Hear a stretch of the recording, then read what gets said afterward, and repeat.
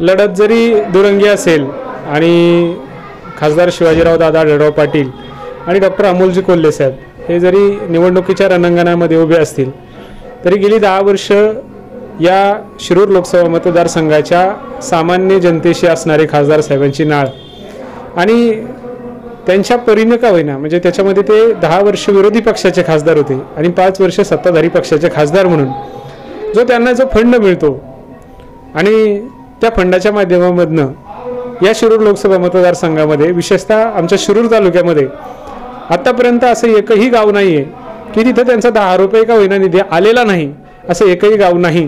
त्यांचा 10 रुपये का होईना निधी हा प्रत्येक ठिकाणी त्या ठिकाणी आलेला आहे असं मला या ठिकाणी नमूद करावंसं वाटतं. बैलगाड्या शर्यतीचा प्रश्न नेहमी रेंगाळत पडलेला आहे, त्या विषयावर टीका होती. बैलगाडा शर्यतीचा प्रश्न हा फक्त व्यक्तिगत खासदार आढळराव पाटलांच्यावरती आपल्याला सोपवून चालणार नाही. शेवटी त्याला लोकसभेनं कायदा मंजूर करावा लागतो.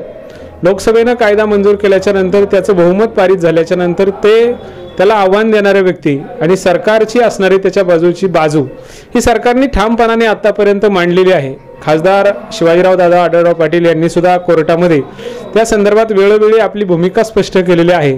पण काय होतं की कर्नाटक आणि या धर्तीवरती ज्या पद्धतीने सगळे लोक जलकिट्टूच्या निमित्ताने एकत्र आले त्या पद्धतीनं महाराष्ट्रातले लोक एकत्र आले गेले नाहीत आणि काही लोकांनी त्याला सातत्यानं एका बाजूने विरोध करायचा आणि एका बाजूला आम्ही गाड्यावाल्यांच्या बरोबर आहोत अशा पद्धतीने दाखवण्याची वृत्ती ज्या लोकांची आहे आणि एका बाजूनं जी माणसं कोर्टामध्ये त्यावर ॲप्लिकेशन घेतात म्हणजे विरोध करतात त्या लोकांना खतपाणी घालतात. त्या लोकांना बैलगाड्यावरती बोलण्याचा नैतिक अधिकार मला वाटतं नाही.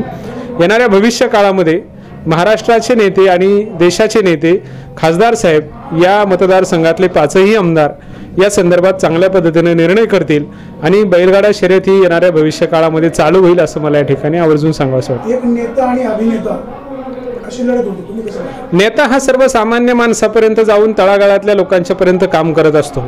त्याचं सुख दुःख त्याच्या वेदना आणि समाजात उद्भवणारे अनेक प्रश्न याच्यामध्ये नेता समरस होत असतो. अभिनेता हा स्टेजवरचा राजा असतो. अभिनेता स्टेजच्या नंतर राजा नसतो. पण त्यांनी त्या ठिकाणी राजाच्या भूमिकेला न्याय देत असताना सुद्धा उमेदवारी राष्ट्रवादी काँग्रेस पक्षाने डॉक्टर साहेबांना दिलेली आहे. शेवटी जनता उद्या ठरवणार आहे नेता योग्य की अभिनेता योग्य. मंगलदास बांदल लोकसभेची निवडणूक लढवणार होते, मात्र त्यांनी मैदानातून माघार घेतली आणि राष्ट्रवादीमध्ये दाखल झाले. तुम्ही कसं पाहता? कदाचित मंगलदासजी बांदल साहेब हे आम्हालाही सगळ्यांना परिचित आहेत. त्यांनी सुद्धा या तालुक्यामध्ये राजकारण करत असताना सगळ्यांना तसं बरोबर घेतलेलं आहे. पण अनेक लोकांना राजकारणात मदत करत असताना त्यांची सुद्धा भूमिका त्या ठिकाणी त्यांनी विशद केली मदत करत असताना आणि त्याच्यामध्ये पक्ष त्यांना कधी कधी सोडावा लागला.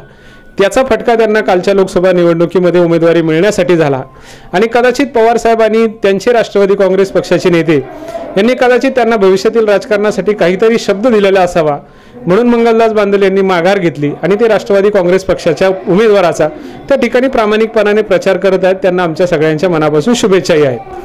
2004, 2009, 2014 या सलग 3 निवडणुकांमध्ये आढळराव चढत्या क्रमाने मताधिक्य घेऊन विजय झालेले आहेत. 2019ला काय? खरं तर 2004 ते 2009ला ते खेड लोकसभा मतदारसंघाचे खासदार होते. 2009 ते 2014 ते शिरूरचे खासदार होते आणि 2014 ते 2019लाही ते शिरूरचे खासदार होते आणि त्या काळामध्ये त्यांनी जोडलेली या ठिकाणची नाळ असेल, सर्वसामान्य माणसांशी त्यांचा असणारा प्रेमाचा आविर्भाव आणि या तालुक्याच्या सुद्धा विकास कामामध्ये त्यांनी लावलेला हातभार हा निश्चित स्वरूपामध्ये चांगला आहे. आणि आतापर्यंत हा शिरूर तालुका बारामती लोकसभा मतदारसंघात होता, त्यामुळे या लोकांनी कधीही खासदार पाहिलेला नव्हता. गेली 10 वर्ष खासदार काय असतो हे शिरूर तालुक्याच्या जनतेने जवळून पाहिलेलं असल्यामुळं खासदार साहेब निश्चित गेल्या वेळेच्या मतधक्क्यापेक्षा अधिक चांगलं मतधक्के घेऊन या ठिकाणी विजयी होतील असा मला ठाम या ठिकाणी विश्वास आहे.